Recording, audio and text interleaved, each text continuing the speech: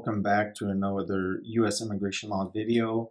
Today I will be discussing the U.S. Equivalency requirements when you are applying for a work visa in the United States, and the rules when it comes to combining your experience and your education in order to show that you meet the minimum qualifications in order to qualify for a work visa. And it's very important to understand there are two different rules that come into play when you are doing education evaluations. If you're applying for a TN visa, for example, the rules are different than if you're applying for an H-1B visa, and that causes a lot of confusion when people are trying to determine their qualifications in order to apply for a visa. So the rules for an H-1B, the common rule that is applied when you're trying to determine your qualifications is what is called the 3-2-1 rule, where you can take 3 years of progressive experience and it equates to 1 year of a university degree. So if you apply that rule and you have 12 years of progressive experience, for example, those years of experience can be evaluated, and if done properly, can be evaluated to a 4-year degree. So for H-1B purposes, you can qualify for an H-1B that requires the minimum of a graduate or of a 4-year degree for entry into the profession, or what they call a specialty occupation, solely relying on your education. As long as you have 12 years of documented progressive experience and you get that evaluated. You can also combine experience and education.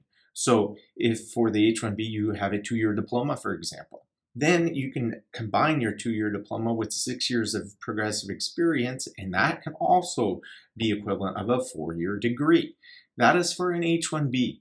That works. That evaluation equivalency will be sufficient if done properly in order to prove your minimum qualifications for an H-1B visa, that you have at least a bachelor's degree. However, the same rule does not apply for a TN visa. TN visa rules are very different. The TN visa rules say that your degree must stand alone. In other words, you cannot combine your degree with experience in order to meet the degree requirement. You also can't combine certificates or anything else along with your degree or education and experience in order to meet the minimum requirement. So what does that mean? That means if the requirement is a bachelor's degree in computer science, you need to have a 4-year equivalent to a U.S. 4-year degree in computer science in order to qualify.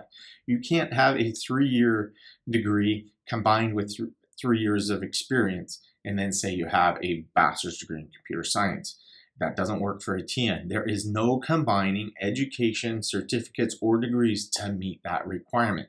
If your degree on its face doesn't meet the minimum requirement for the U.S. equivalency, then it's not going to qualify you for a TN visa. So unfortunately, that 3-to-1 rule, the combining of certificates, education, experience in order to equate to a bachelor's degree does not apply to a TN visa. The TN visa, you must have that diploma. And that diploma, if you know the rules for a diploma, must be from the United States or Canada. If it's a certificate, it must be from Mexico. If you're relying on a 4-year degree, it has to be a 4-year degree on its face, and it has to be equivalent to a U.S. 4-year degree.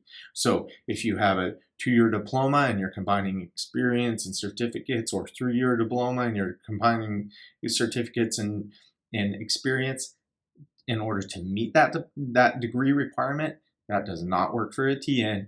You will not qualify. You will not meet those minimum qualifications. So it's very important to understand the difference between how you can qualify for that H-1B and how you can qualify for a TN. So if you're looking for a TN, and we run into this all the time, where an individual qualified for an H-1B because they combined education, experience, and so forth, and met that degree requirement, then they try to go get a TN using that same equivalency, and it won't work, and they don't qualify because it was combining education, experience, certificates, or whatever it might be to meet the requirement. So very important to understand, if you're applying for a TN, make sure any evaluations that you obtain are stand alone. Do not combine the equivalency of a diploma, certificate, graduate degree, whatever it is. Make sure it's evaluated on its face for its equivalency to a U.S. degree.